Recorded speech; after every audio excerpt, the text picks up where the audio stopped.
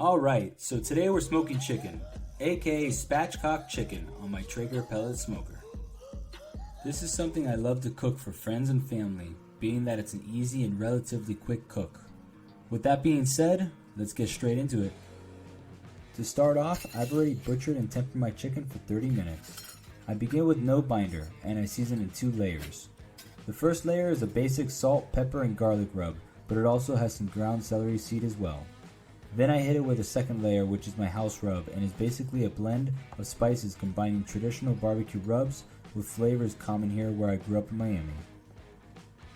This creates a unique flavor that is different from traditional barbecue, but still represents and stays true to the name. After seasoning both sides, the chicken is now ready for the smoker.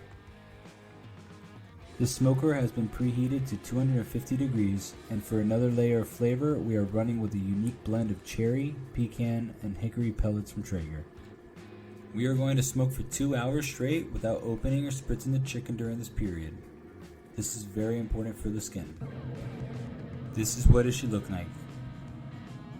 At the 2-hour mark, we will turn the heat up to 325 degrees and begin spritzing in 30-minute intervals.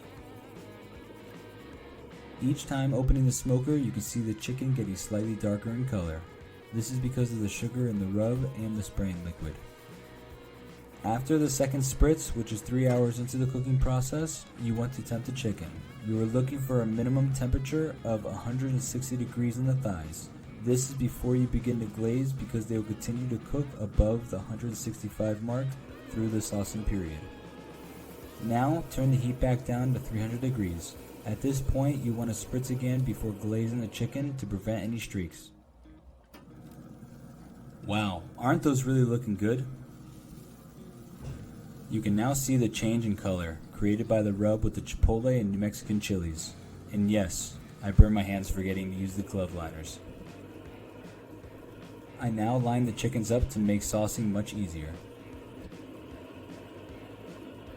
This is a smoky ketchup-based sauce with toasted and ground cumin, coriander, and fennel seeds for aromatics, as well as ground New Mexican and chipotle chilies for heat and fruitiness. I also thinned out the barbecue sauce with pineapple juice and water to be able to glaze nicely.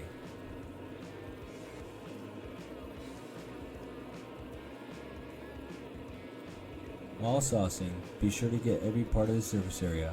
This is very important. Presentation is everything, so take your time like a true artist and paint away.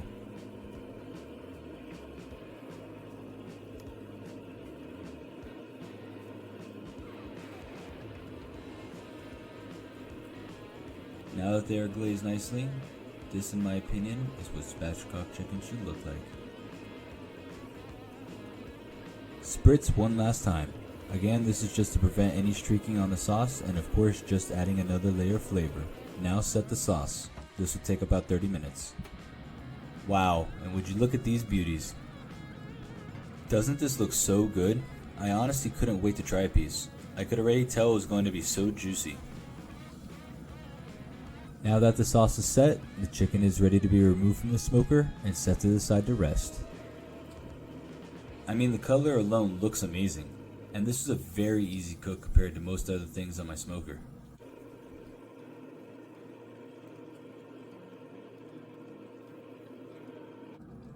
Now look at all that juice. I mean, for real.